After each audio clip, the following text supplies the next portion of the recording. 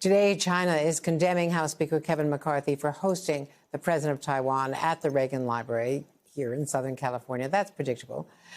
China is saying that the U.S. is now moving down a wrong and dangerous road.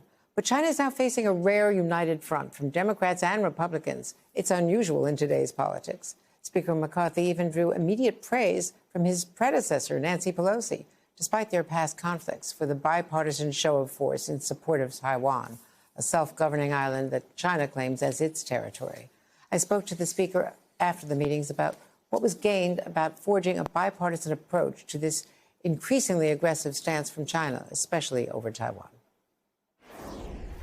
What was the importance of this meeting today? It was bipartisan. It was very unusual. I think that is one of the greatest importance, that you're finding that I think one of our greatest challenges with Taiwan and with China in the future is never speaking with one voice. When I became speaker, one of the first things I set out to do is create a bipartisan committee. We created a new select committee. You've watched here sitting on a Ronald Reagan Library, Republicans and Democrats together, the Speaker for the very first time of the House of Representatives sitting down with the President of Taiwan and having a discussion to foster peace for the future. And I think it really goes with the philosophy of Reagan. You've watched in a House be very divided, united on this issue. We want to make sure that the world continues to foster peace, freedom, and democracy. So what can we do now as policymakers to make that world better? Speed up arms sales to Taiwan, foster greater economy, be it technology, medicines, and others, and foster that bond for democracy and freedom. I think that will create, one place is have a more united front with China, but for the world itself, learn the lessons from Ukraine so we're not back here in another country a few years from now. Now, NBC reported exclusively this week that China did collect information, intelligence, sensitive intelligence, by circling, doing figure eights over sensitive military sites. Contrary to what the U.S. was saying, what the administration was saying. That's very disturbing. I mean, the one thing you have to understand, too, is never should they have been able to go through our airspace. And a balloon is almost like a drone. It's hovering. We know when a satellite comes over, we can cover up. But the idea that they were trying to collect, it shows how dangerous the world is for the future.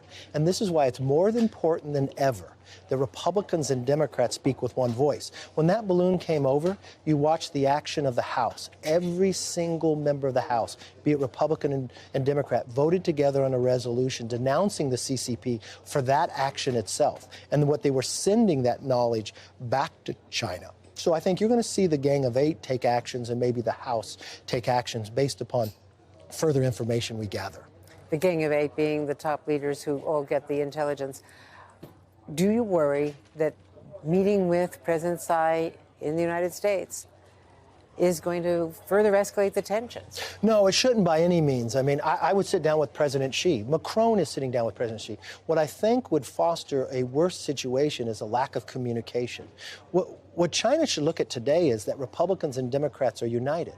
What we're looking at today is making sure the rhetoric doesn't get higher. We're looking at how can we deter that war does not happen, right?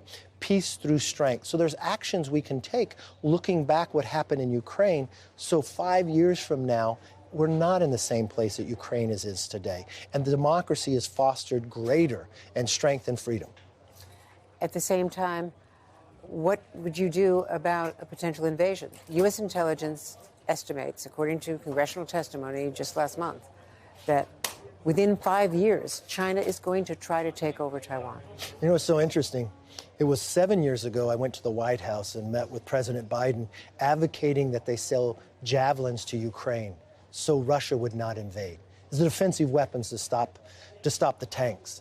I wonder if that decision had been made then, would Russia never invade? So if you're talking it's 5 years from now, it's important that we're taking this meeting now. How can we speed up the weapons sales, which go just with what Reagan said on the Sixth Assurance, keeps our three communiques, our relationship with China, and deters someone thinking from a authoritarian view that they can enter another country. and that they can defend themselves, and we can stand for freedom. So the world is a safer place. That's why it's so important. And your question earlier today, where I watched you ask that question standing behind the Berlin Wall, knowing you were there, think of that moment when there were two Germanys and the stance that America took in Reagan and how the world is safer and Germany is united today. What we're doing today is protecting us 5 years from now if we take those actions. With all due respect, though, didn't President Trump undermine the U.S. posture towards Ukraine because of his support for Vladimir Putin? I don't know where the president on that. The one thing I will say, what I see happening in the world today looks a lot like the 1930s. You have something different changing. You have China, Russia, North Korea, and Iran coming together like an axis of power of the old days of Germany, Italy, and Japan.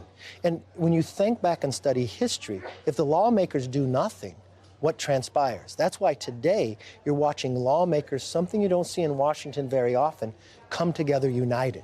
You watched Republicans and Democrats not standing on each other's side, but standing together, speaking together, and now we're going to work together to make sure tomorrow will be safer.